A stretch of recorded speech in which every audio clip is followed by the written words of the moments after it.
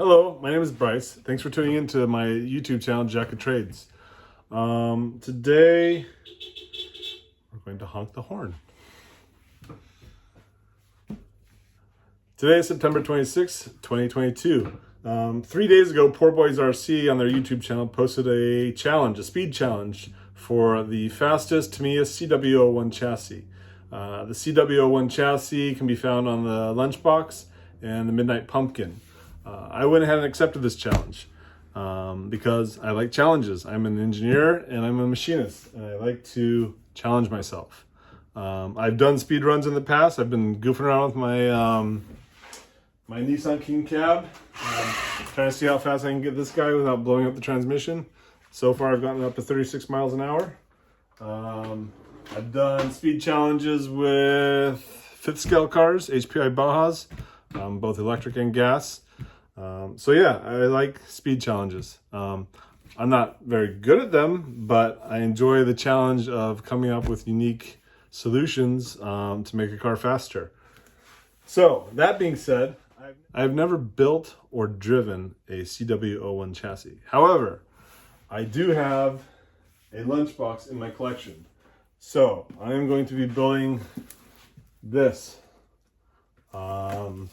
I want to do a series of videos with this build where I start with a bone stock build just to see how fast it is, kind of establish a baseline, and then I'll gradually make improvements to that build as we go along.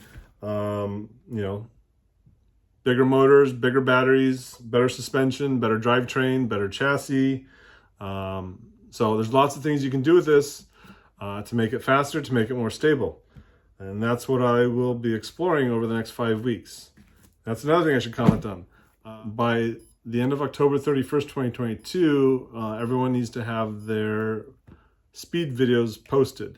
So I got 5 weeks to crank out a fast car. I think it's doable. We'll see. We'll see if life gets in the way. Anywho, let's get into the unboxing and have a look at the kit, because it's a new kit for me. All right, so we're going to do a quick unboxing on the Tamiya Lunchbox. As I said before, I've never driven or built one of these, so this is going to be new for me. But I have kind of studied the manual, and I've studied the availability of hop-up parts, so I kind of have a feel for what's going on with this vehicle. I understand its weaknesses and its strengths, if there are any. Let's get cracking, as Gavin would say.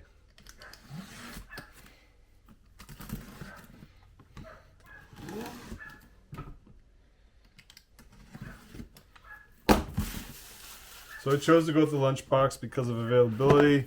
I actually had the Lunchbox in my collection. I don't have a Midnight Pumpkin, and I couldn't. The only one I could find was the Chrome edition. I didn't really like that. Actually, this is a very clean presentation for a relatively inexpensive kit. I like the presentation. That's one thing with Tamiya, is they have good presentation. They have different levels of presentation also. A lot of the cars, like the TT02s, they just kind of throw into a box. But this is cute. Tamiya rubber tires, nice and soft. Always kind of smell the rubber. We got some shock bodies, bumpers.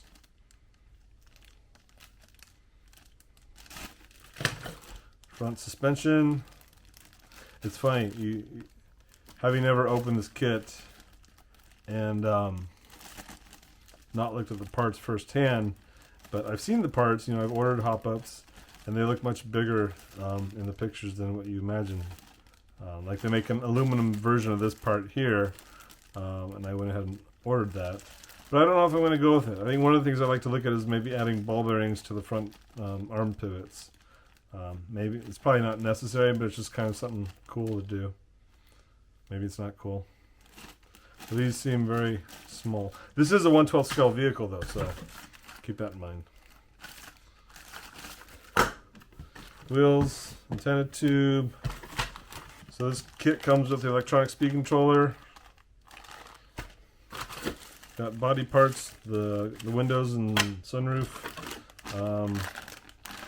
the underskid for the, well actually this is the battery tray underskid, and then there's the rear pivots of the front arms here.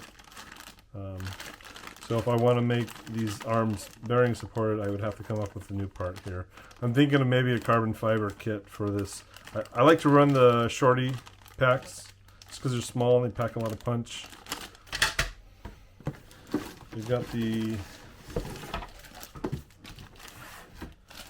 body in white. I didn't know what to expect. I didn't know if these came in color, like yellow, or I guess the newer ones come in white now, and you got to paint them. Chassis, I do have an alloy chassis kit coming, and the rear gearbox. So then a box of screws, probably all the bags, parts bags, and the manual and decals. I've ordered the aluminum gearbox, but I think I would like to try my hand at making. I've made gearboxes before for other RC cars, so depending if I want to go with making custom gears for this, which I can also do, or making a custom gearbox using existing gears, I don't know which route I want to go. But if I want to do a 4-link rear axle, then I might just go ahead and make a new gearbox. All right.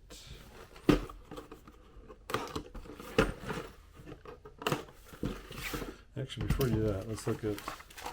So we got decals, and I guess you can get custom decals from MCI. I haven't looked yet. I did look for Lexan body. I couldn't find one. I found, I think Parma used to make one. I found one of those on eBay. But you lose a lot of detail in the bumper area. It kind of looks goofy, even more goofy than this. This is actually a decent looking body. All right. So inside here we've got the front bumper, silver can motor,